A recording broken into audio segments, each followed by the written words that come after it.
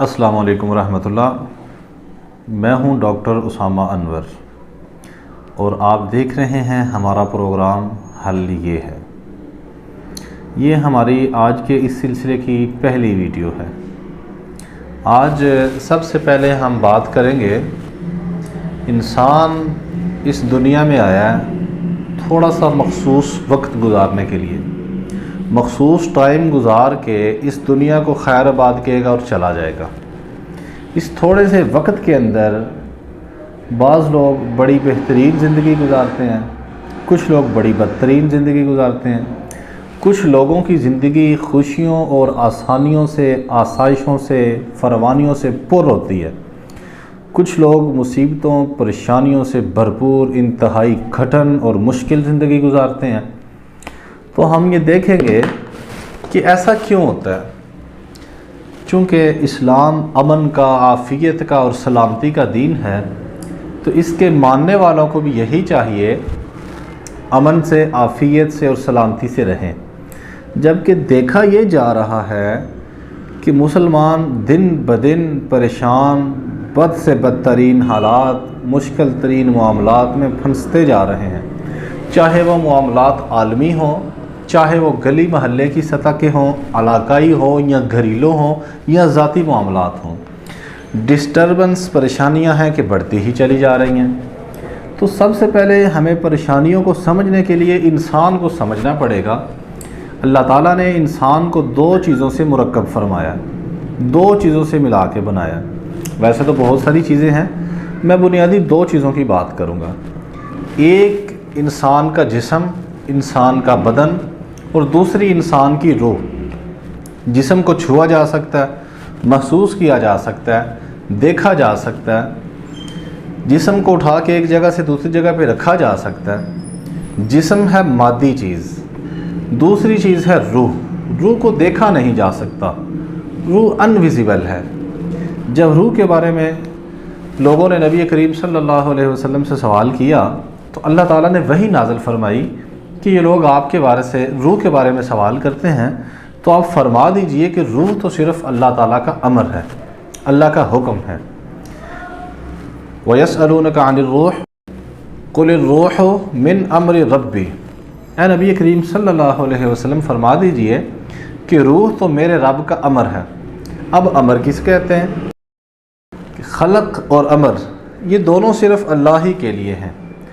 ہمیں عالم خلق کو پہلے دیکھنا ہوگا کہ عالم خلق کیا چیز ہے، یا خلق کیا ہے۔ خلق وہ چیز ہے جسے اللہ تعالیٰ نے تدریجاً پیدا کیا، جسے اللہ تعالیٰ نے ٹائملی پیدا کیا۔ جیسے اللہ تعالیٰ نے فرمایا خلق الارض فی یومین، یا خلق السماوات والارض فی 6 ایام، کہ اللہ تعالیٰ نے زمین کو پیدا کیا یا زمین اور آسمان کو 6 دنوں کے اندر پیدا کیا۔ بعض جگہ فرمایا 7 دنوں میں پیدا کیا۔ تو زمین اور آسمان کو، چاند ستاروں کو، پودوں کو، سورج کو اللہ تعالیٰ نے ڈے بائی ڈے ٹائم سے تدریجاً ایک کے بعد دوسری کو وقت لگا کے پیدا کیا۔ ہمارا جو جسم ہے، جو ہمارا بدن ہے، اس کا تعلق خلق کے ساتھ ہے۔ جب انسان کے جسم کی بات آئی تو اللہ تعالیٰ نے فرمایا کہ ہم نے انسان کو بہترین تخلیق کی ہے۔ اللہ تعالیٰ نے انسان کی تخلیق کی۔ انسان کے جب تعمیر کا مرحلہ آیا تو اس میں جو لفظ استعمال ہوا وہ خلق کا اور تخلیق کا۔ جب روح کا مرحلہ آیا تو روح کے بارے میں یہ فرمایا کہ یہ اللہ تعالیٰ کا امر ہے، اللہ تعالیٰ کا حکم ہے۔ جیسے امر سے مراد وہ اشیاء ہیں یا وہ چیزیں ہیں جن کو اللہ تعالیٰ نے کن سے پیدا فرمایا، جس طرح جنت، دوزخ، فرشتے، یہ ایسی چیزیں جنہیں ہماری فی الحال آنکھیں نہیں دیکھ سکتی۔ جیسے اللہ تعالیٰ نے کہا کن فیکون، وہ ہو گئی۔ تو امر سے مراد وہ اشیاء یا وہ چیزیں جنہیں اللہ تعالیٰ نے لفظ کن سے پیدا کیا۔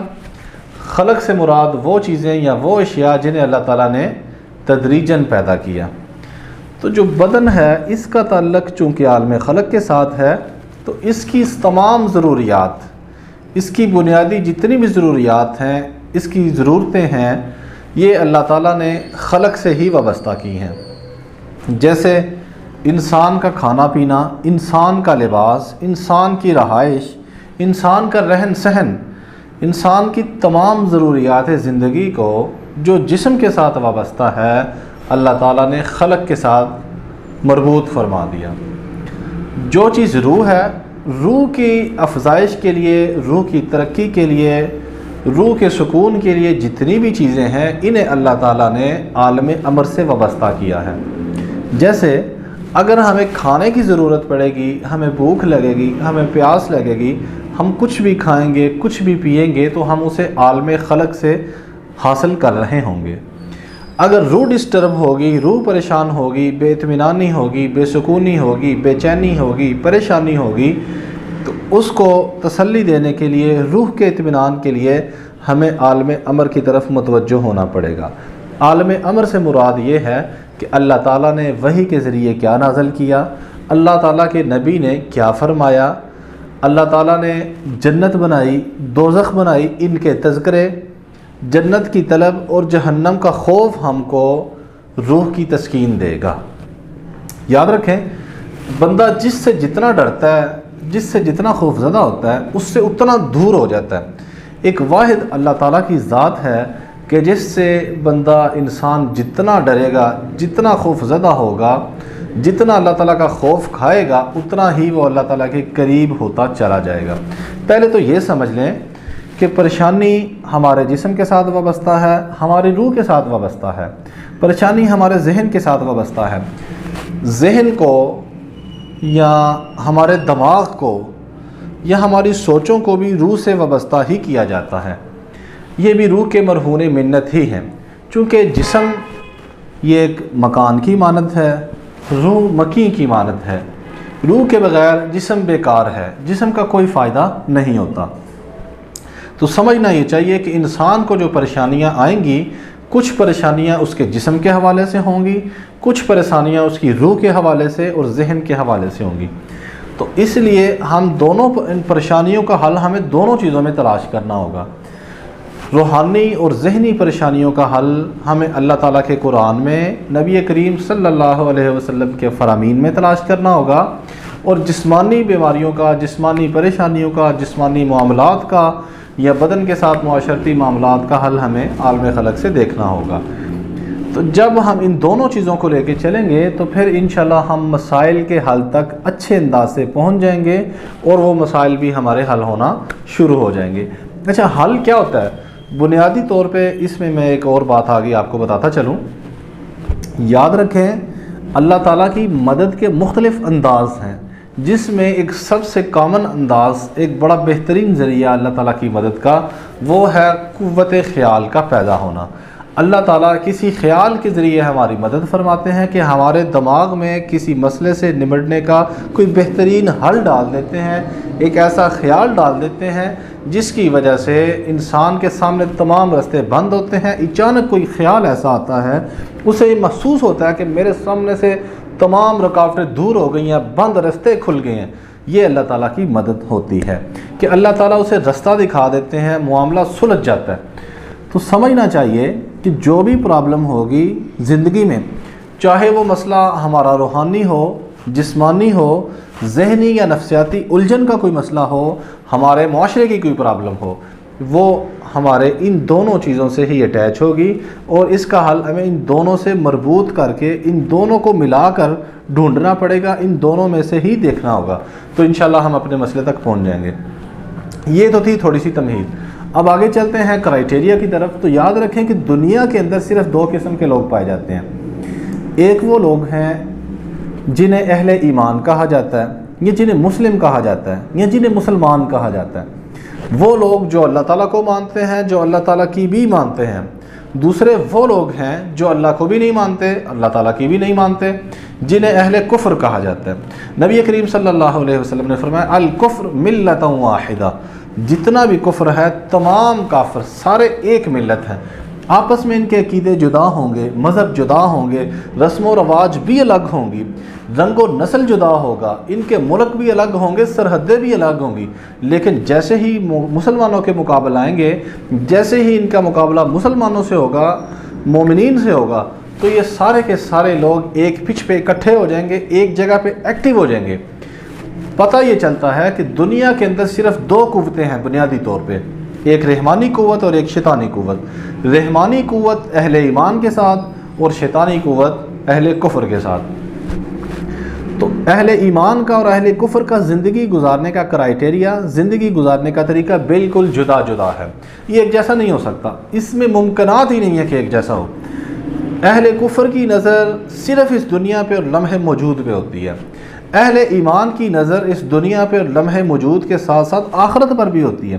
آخرت سے مراد دوسری نظر بھی ہوتی ہے، انہوں نے اپنے آنے والے کل کے لیے بھی غور و فکر کرنا ہوتا ہے، آنے والے کل کے لیے بھی سوچنا ہوتا ہے۔ اب مثال لیں کہ ایک انسان، ایک کافر جو اللہ تعالیٰ کو نہیں مانتا، جسے اللہ تعالیٰ کے وجود کا نہیں پتہ، جسے قیامت کے دن پہ، آخرت پہ، جنت پہ، دوزخ پہ، یوم حساب کے اوپر یقین ہی نہیں ہے، اس کے لیے یہ دنیا سب کچھ ہے۔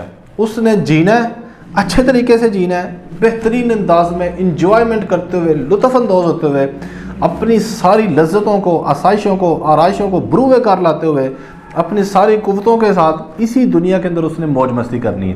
کیوں؟ اسے یہ معلوم ہے کہ اس دنیا کے علاوہ میرا کوئی آسرا نہیں ہے، میرا کوئی ٹھکانہ نہیں ہے۔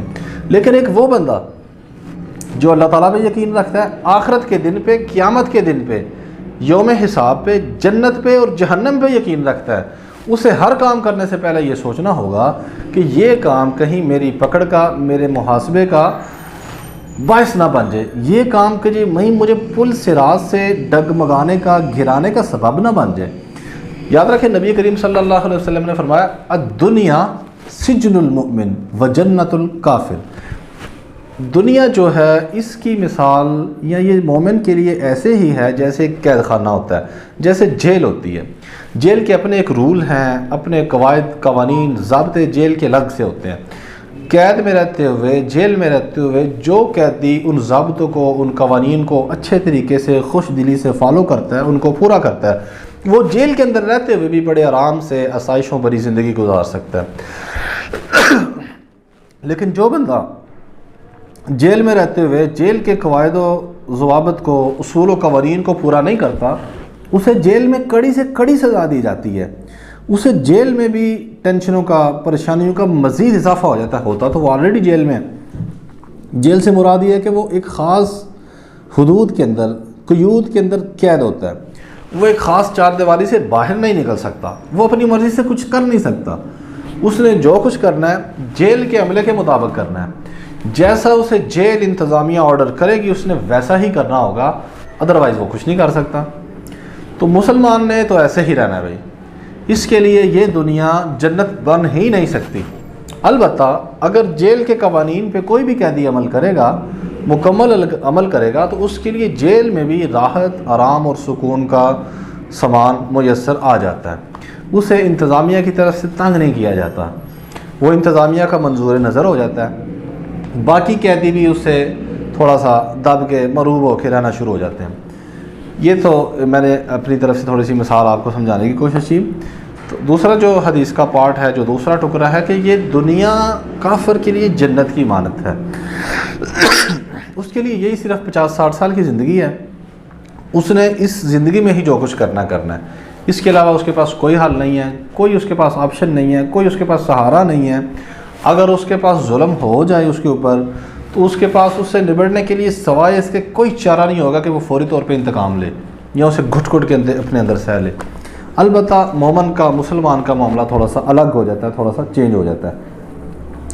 تو یہاں تک آپ یہ مسئلہ سمجھ رہے ہیں کہ انسان کے اندر، انسان کو یا مسلمان کو جو پریشانیاں، جو مصیبتیں، جو ٹینشنیں، جو آزمائشیں آئیں گی، وہ اس وجہ سے بھی ہو سکتی ہیں کہ وہ جیل انتظامیہ کی نافرمانی کر رہا ہے، وہ ایڈمنسٹریشن کے رول کو فالو نہیں کر رہا، اور اگر وہ ان کو فالو کرنا شروع کر دے تو اس کے لیے بڑے ہی آسائشیں، آرام، سکون، راحت پیدا ہو سکتی ہے۔ آپ کو یاد رکھنا چاہیے کہ نبی کریم صلی اللہ علیہ وسلم صبح اور شام 3 دفعہ اپنے پورے جسم کی عافیت، آنکھوں کی، کانوں کی اور جسم کی عافیت اللہ تعالیٰ سے طلب کیے کرتے تھے۔ عافیت، سلامتی، امن، سکون، اطمینان، یہ بہت بڑی نعمت ہے، بڑی دولت ہے، سکون بہت بڑی نعمت ہے۔ اگر سکون نہ ہو، چاہے دولت کے انبار بھی ہو جائیں، تو انسان لذت اور مسرت حاصل نہیں کر سکتا۔ تو سمجھنے کی بات یہ ہے کہ ہم یہ دیکھیں گے کہ ہمارے اوپر جو مصیبتیں، جو پریشانیاں، جو ٹینشنز آ رہی ہیں، جو ہمارے اوپر معاملات الجھ رہے ہیں، ہم انہیں کس انداز میں کتاب و سنت کی روشنی میں سلجھا سکتے ہیں۔ آپ کو میری تمہیدی باتیں شاید کچھ سمجھ آئی ہوں گی، بات تھوڑی سی لمبی ہو گئی، لیکن انشاءاللہ یہ ہماری باتیں آپ کو آگے چل کے ہمارے پروگرام کے لیے آپ کو فائدہ دیں گی۔ اگر آپ کو کسی قسم کا کوئی پرابلم اپنے حوالے سے ہو تو آپ اسے ڈسکس کر سکتے ہیں۔ ہمارے پینل کے ماہرین انشاءاللہ کتاب و سنت کی روشنی میں اس کا آپ کو جواب دیں گے۔ آپ اپنے پرابلم کو، اپنے مسائل کو، اپنے نام، اپنی ایج، اپنا علاقہ مختصر انداز میں اس کے ساتھ مینشن کر کے ہمیں بتا دیں۔ ہم انشاءاللہ ایک نیکسٹ پروگرام میں اس کا باقاعدہ تذکرہ کریں گے اور اس کا مکمل حل پیش کریں گے۔ اگر آپ چاہتے ہیں کہ آپ کا نام ڈائریکٹلی نہ لیا جائے تو آپ ہمیں اپنے ریئل نام کے ساتھ فرضی نام لکھ دیں۔ ہم اس فرضی نام کے ساتھ آپ کا تذکرہ کریں گے تو آپ کو انشاءاللہ معلوم ہو جائے گا۔ تو یہ مزید بہت سارے سننے والوں کے لیے بھی بڑا مفید اور فائدہ مند ثابت ہوگا۔ انشاءاللہ ہمارا یہ پروگرام مسلمانوں کے لیے، انسانوں کے لیے امید کی ایک نئی کرن ثابت ہوگا۔ ہم یہ سمجھتے ہیں کہ ہمارا یہ پروگرام جو ہے یہ مایوسیوں اور نا امیدیوں کے اندھیروں میں روشنی کی ایک کرن انشاءاللہ ثابت ہوگا۔